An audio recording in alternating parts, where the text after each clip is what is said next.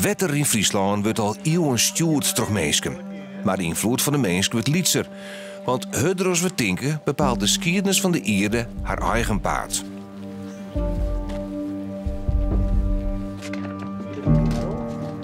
Ja, dit was zo. Ja? Mooi. Het is om die eeuwenoude geschiedenis dat we ons mooiste natuurgebied onder de tankje hebben. Liekers de Oude Veen, een van de mooiste veengebieden van Friesland en tegen populair bij toeristen.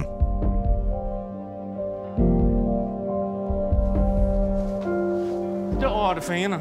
Fries voor oud verveend gebied. Oude Veen. Oud veengebied. Nou, what's in the name zeggen we dan. Dus dit is wat we graag met jullie willen doen.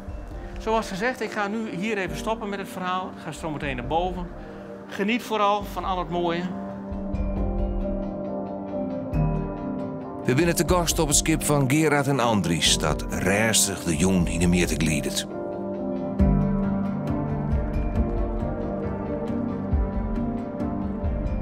Het poldertje hier links, dat ligt heel laag. Zien jullie dat? Wij varen nu gewoon op het peil van de Friese boezem. Dat is gemiddeld meer 50 centimeter NAP. En je ziet dat de taal veel lager ligt. Er zijn ook stroken gemaaid. En dit is een poldertje met het beheer is zodanig dat er geen boezemwater naar binnen komt. Dus het is gebiedseigen water wat hier is. De Ierde verroert, het klimaat wordt warmer en de zeespiegel komt omheeg. Wat betekent dat voor hoe we met het landschap omgaan? Voor boerenzoon Isbrand Galema is dat wel een zwaar. Ja, er is wel een soort gebeurd de laatste hele eeuw. Want dus Paak en Beppe, die waren hier eerst boeren in het landschap. Die vertellen nog dat de melkboot van Warkum, die voer hier oer de poel en de voer die gewoon terug naar de plaats. Om de melkbussen op te halen. Ja, dat kan nou niet meer. Dan moet er bij een waterval van 2,5 meter deel. Dus ja, ik woede er wel eens zien hoe het er toen bij lag. Want ja, dit moet na de tijd, moet het al in zakken wezen. Want ja, hoe is dan koe dat net?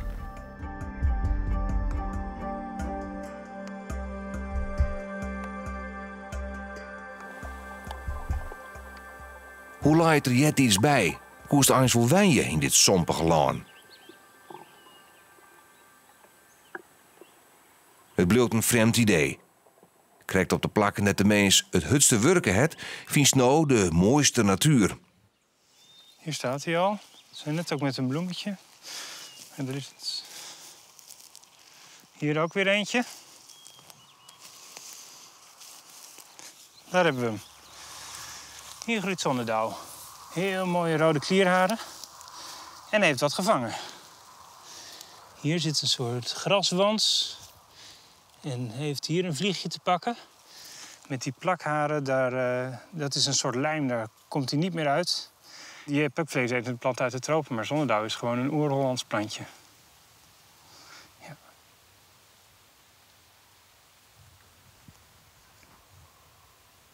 Een normale plant haalt zijn voeding uit de grond of uit het water. Maar Zonnedauw groeit op veenboskussens en er zit niks anders in dan regenwater. En om toch aan zijn voedingsstoffen te komen, verteert hij insecten en haalt daar zijn voedingsstoffen uit. Die glinsterende druppels in de zon, het is een prachtig plantje. En ik vind het ook zo mooi om te zien hoe planten allemaal dingen bedacht hebben om te overleven op de meest moeilijke plekken.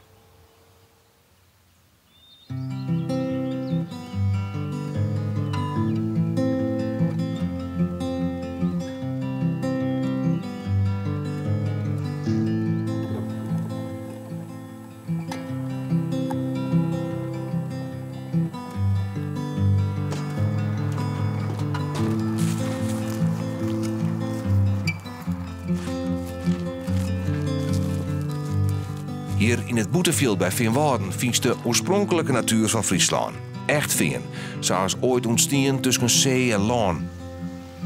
Hier, kleine watersalamander. Die heeft het hier ook wel naar zijn zin. Die heeft voor een deel hier in het water vlakbij, in dat petgat. En hier op het land zoekt hij zijn korstje bij elkaar. Deze is van dit jaar.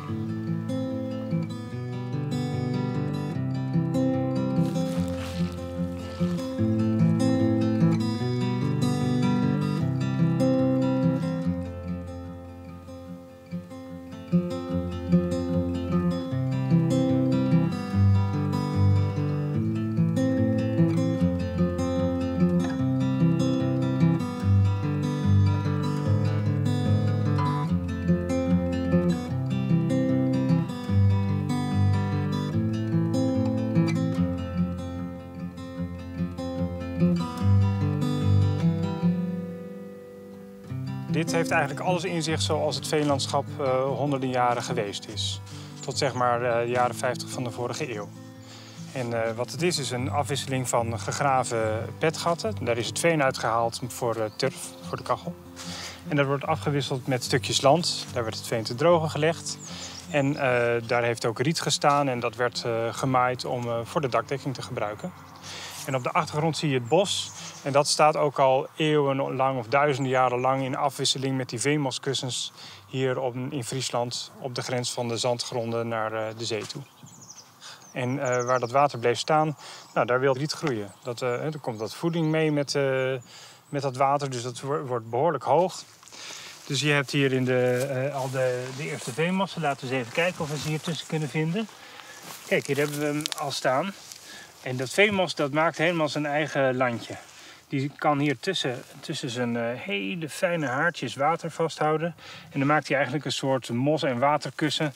En daaronderin, je ziet het al bruin worden, daar wordt het langzaam veen. En als je hier gaat graven in de grond, dan kom je een heel pakket tegen met bruin veen, wat helemaal is opgebouwd uit oude veenmosplantjes en wat bosstukjes erbij. En omdat het onder water is, breekt het niet af en blijft het hier als een dik veenpakket liggen. Land dat duizenden jaren oud is. Sompig en wierd, maar wel oer-Friesk. Als je een paar duizend jaar geleden door Friesland zou lopen, dan zou je beginnen op het zand tegen Drenthe aan. En daar zou je nog redelijk kunnen lopen in de oerbossen. En dan zou je op een goed moment natte voeten krijgen hier in het veen. Je zou een afwisseling zien van dit soort riet- en lisdoddenvelden. Daartussen hoge kussens met veenmossen waar je amper doorheen kon komen. En hier en daar ook bossen met wilgen en els. Allemaal planten die heel goed zijn om in het natte te groeien. Dus die kunnen tegen overstromen, die kunnen met hun wortels in het water staan. Die hebben daar duizenden jaren de tijd voor gehad om hun plekje te vinden.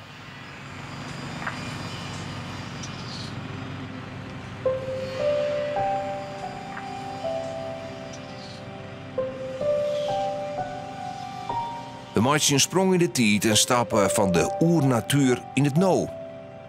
In Ljouwert binnen de tarriedings van het culturele haardstad hier 2018 in volle gang.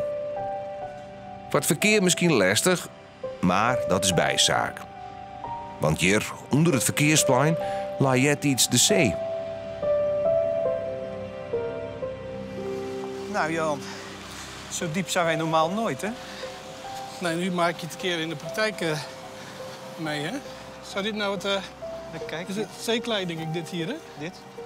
Hier is ook opgehoogd met zand, want dit is het... Ja, hier zo. Hier zou de zeeklei nog van de Middelzee hier. Ja. Voor de geologen Harry en Johan jouwt de bouwput een mooie gelegenheid om waarom te zien in de geschiedenis. Ze zijn vooral benijd naar één ding: het groenwetter. En dan met name het zoute groenwetter. Dat wordt voortpompt om de bouwput droog te houden. Maar het is hier hoger dan daar. Ja. Dus op een manier, ik weet niet hoe ze dit doen. Dit is de bron normaal. Dus dan... In feite is hier een wel plekje, hè? Ja, dit zal echt zout grondwater zijn wat hier wordt opgepompt. Proeven? Zo ondiep. Ja, even...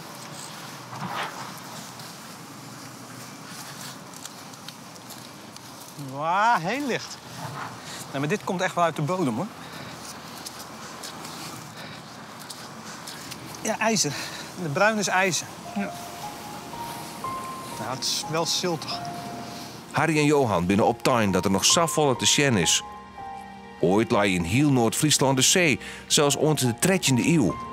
Kijk hier zo. Er ligt zelfs een stuk hout. En helemaal onder de klei. En wat dit zou kunnen zijn, dat weten we niet. Het zou net zo goed een soort zeewrak zou het kunnen zijn. Want we zitten hier op een plek aan de westkant van Leeuwarden. En ik heb hier een kaart van rond 1300. En dan zien we een hele groot vlak. En dat was vroeger de Middelzee. En dat was een soort arm die vanaf de Waddenzee tot ver in het land trok. En we zien hier Leeuwarden zien we aan de grens van de binnenstad. En hier zien we Marsum. En daartussen, dat is waar we nu staan, daar was zee. Nou, dat zeewater, dat is uiteindelijk, die zeearm is dichtgeslipt. Dus er kwam steeds bodemlagen, bodemlagen, bodemlagen. En de plaats kon je niet meer varen. Dus hebben ze het maar gewoon helemaal dichtgemaakt.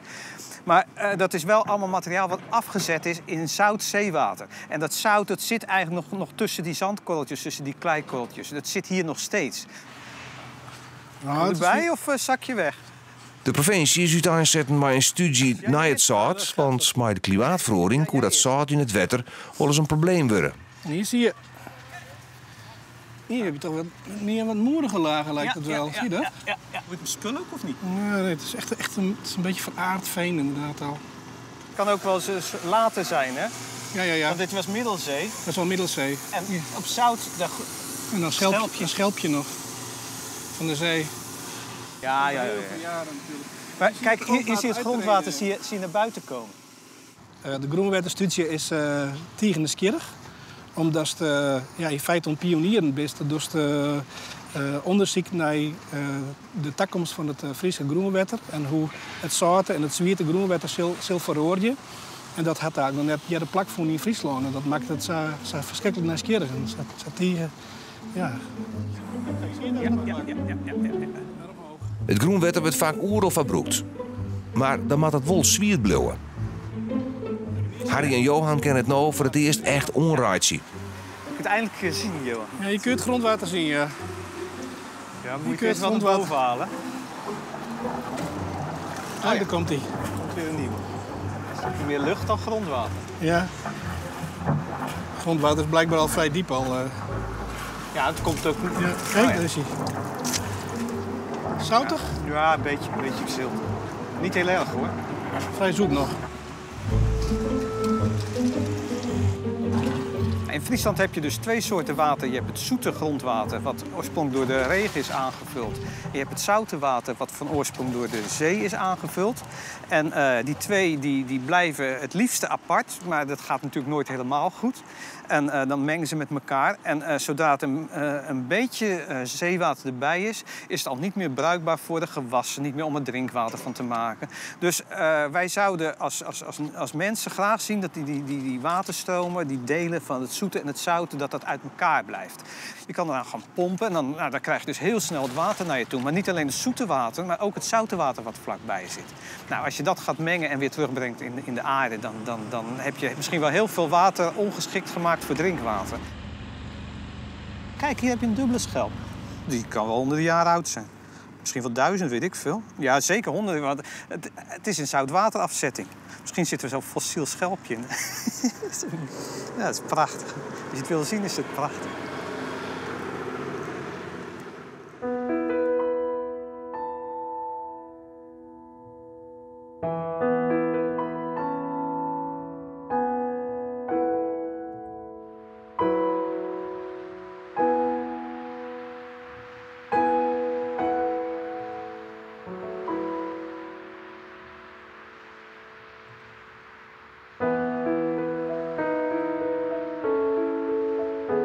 Mensen kunnen scrappen wat ze willen. De wetternatuur kiest uiteindelijk haar eigen paad. En met het omheenkomen van de wetterspiegel is dat nou weer duidelijk te vernemen.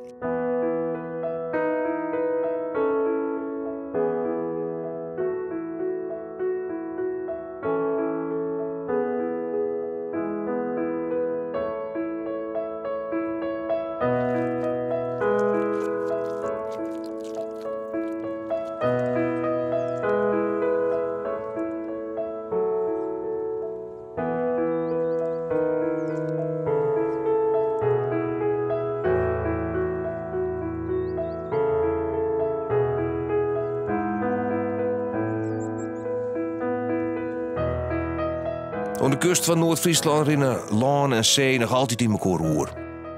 Harry maakt graag de skiernis erbij, Helly. Het zijn van die getijdengebieden, hè?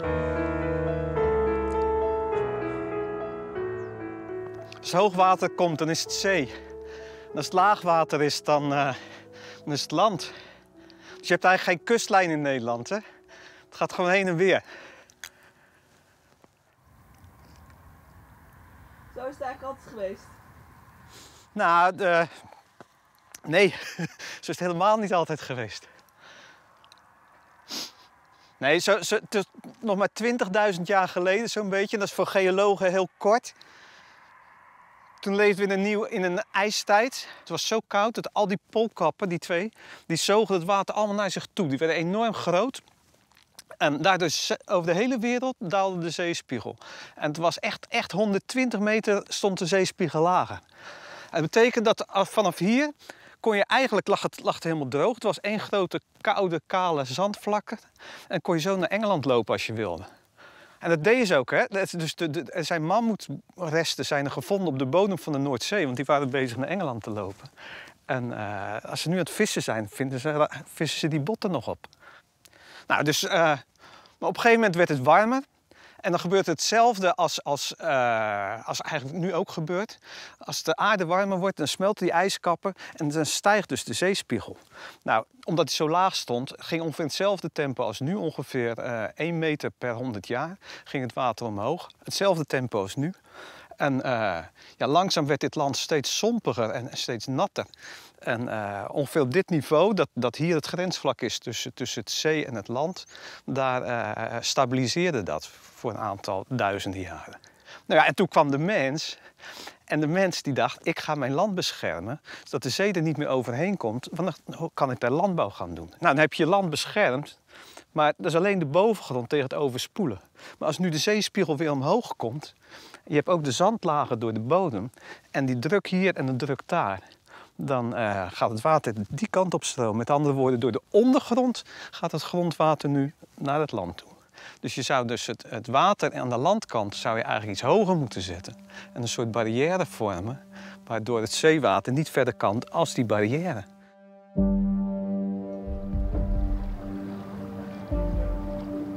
Maar de klimaatverandering krijgen wettergebieden als de Oude Veeren een hele nieuwe betjutting. Hier is nog genoeg zwiert wetter om de verandering op te vangen. En gelukkig maar dat het natuurgebied zo groot is.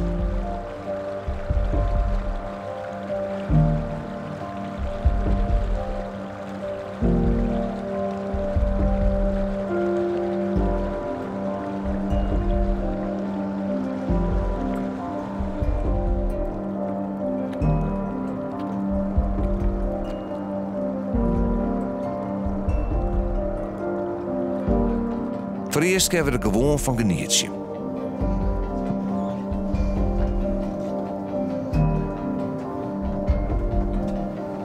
Nou, het is een belangrijk gebied, een laagveenmoerasgebied, omdat het heel rijk is. En ik denk dat een van de belangrijkste dingen is ook dat het een heel grote oppervlakte is aaneengesloten. Waardoor je dus heel veel diversiteit in soorten krijgt. En niet alleen van de vogels, maar ook van amfibieën en vissen.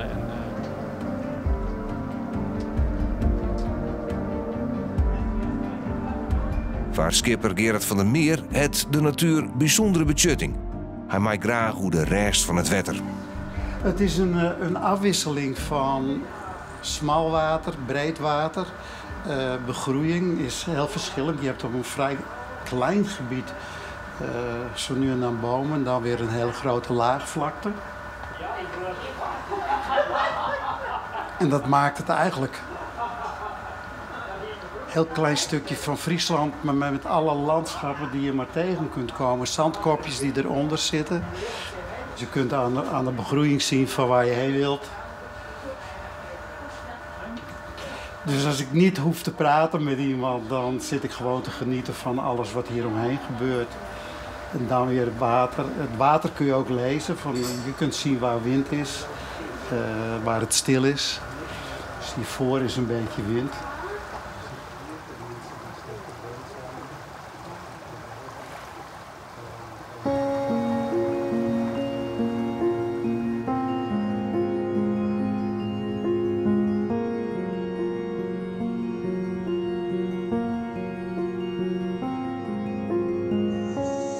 Aan de kust van Noord-Friesland binnen de gevolgen van de klimaatverandering dichterbij. Siets Miedema is een jonge bouwboer met een groot bedrijf. Zij vlak bij zee is skin en zwiert wetter van levensbelang. Vroeger was dit kwelder. Dit is land gewonnen op de zee. De zeedijk is 500 jaar terug hebben ze de zeedijk weer een stuk zeewaarts weten te leggen. En dan is er weer een land aangewonnen en langzaamaan ontgonnen en bruikbaar gemaakt voor landbouw.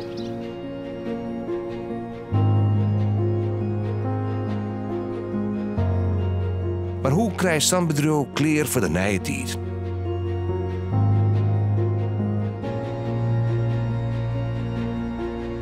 Ja, een dikke 100 jaar alleen, toen werken ze natuurlijk alleen nog maar met dierlijke en plantaardige basis. Nou, hier hebben we daar steeds meer chemie bij voegen kunnen om de productie te verhogen en te verbeteren. Nou, de vervolgstap is eigenlijk om te zien van kunnen we mooi de dierlijke en plantaardige basis, kunnen we daar ook weer meer mooi om de chemie weer om te krijgen. Tegen mijn collega-bouwboeren zie ik er naar oplossings om de klimaatverandering vat te wijzen. Het resultaat is al gauw te zien. De eerste wetterplanten komen weer rond. Al budget dat voor Siets weer een nijprobleemke. Hij kent het wetter min kwiet, als het hut ruint. Maar hij blijft positief. Ja, in de oude jaren is het lukt om zeker al 90% minder middelen en meststoffen in het sleetwater vinden te kennen. We hebben die druk er enorm aan kennen. En nou ja, we zijn al hut bezig en hut zie je nou eigenlijk die laatste 10% te pakken te krijgen. Ja, en zo willen we ook het loon in beeld brengen. Dat ook vanuit de grond en van alle grond dat het water wat aan nog in de sleet komt, dat zo skeer mogelijk is.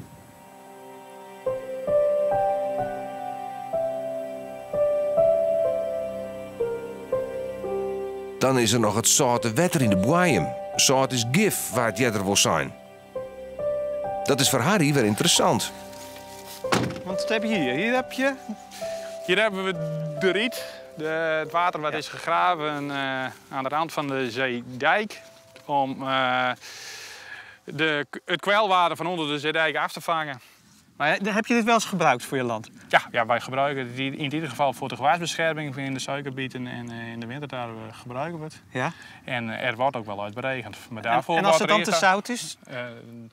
Dat zou enorme schade kunnen geven, maar daar kun je je gewas mee doodmaken. Echt waar? Ja.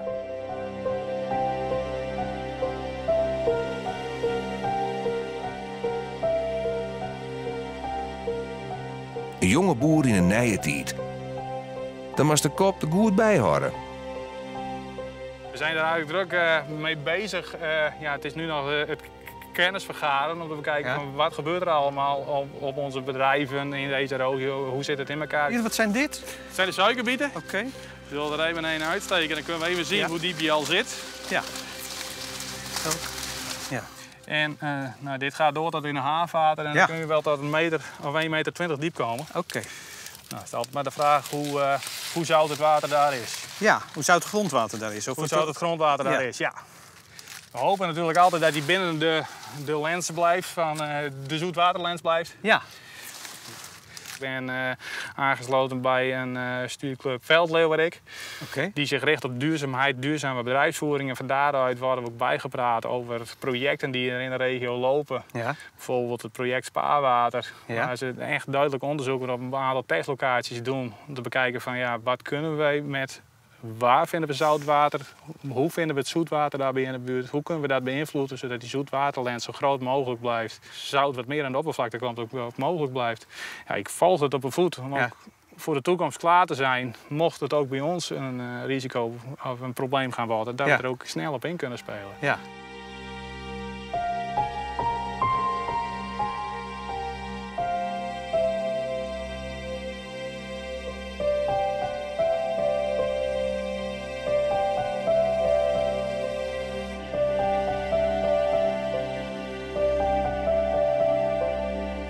In het Veenwaardegebied in het midden van Friesland lijkt het melkveebedrijf van Gatse Ikema.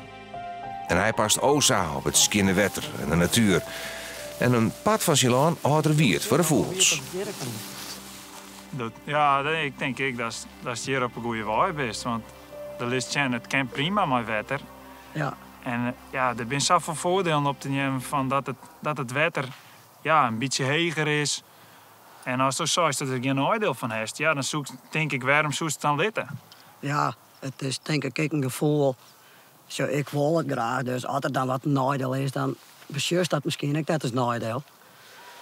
Maar ja, ik vind dat zo mooi dat het in de maaitijd, als er dan van die mooie stroken heeft wat al bloemen in staan en wat al vogels op die rand forageren, dat vind ik prachtig.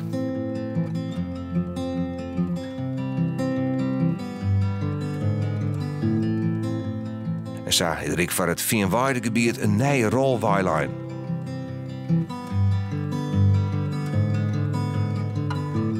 Je ziet echt plantenresten in het veen zitten nog. Wat dieper zitten toch nog mooie gave veenresten met planten. Als ik het openbreek, zie je allemaal laagjes. En je ziet allemaal structuren, vooral met de riet zie ik heel veel riet. Dat platte, vlakke blad. Het is toch rietveen, het is een beetje brak veen. Het veen dat een beetje onder brakke omstandigheden is gevormd. Al duizenden jaren ligt dat hier zo. Dus van dingen die is nou eigenlijk al wist, die is juist omkomen. In feite de klimaatverhoring, de rijzing van de zeespiegel, de delgang van het Veenweidegebied. Die berekkers die in feite van wat voor consequenties dat in feite had voor het Friese groenwetter. In kwantitatieve zin, dus wat voor effect het had zeg maar, voor de groenwetterstand. Maar ook voor wat voor effect het had op kwaliteit.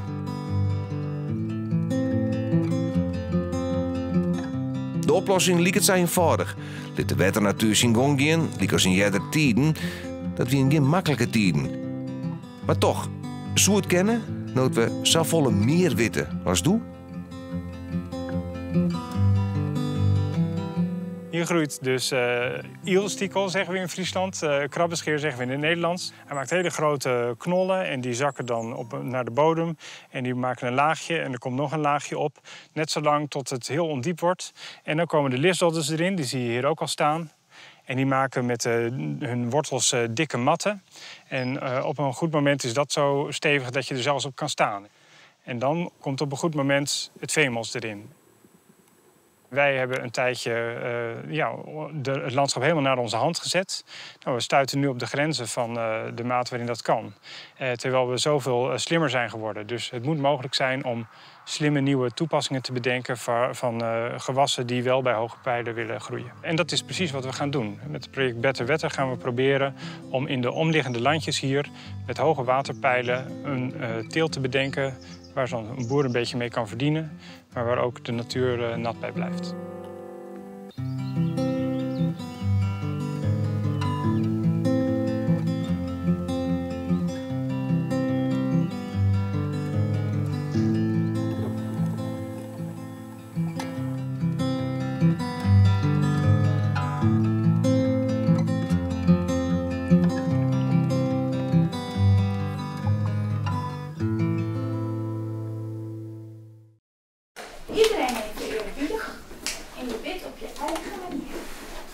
Bismillahirrahmanirrahim. Malik yawmiddin.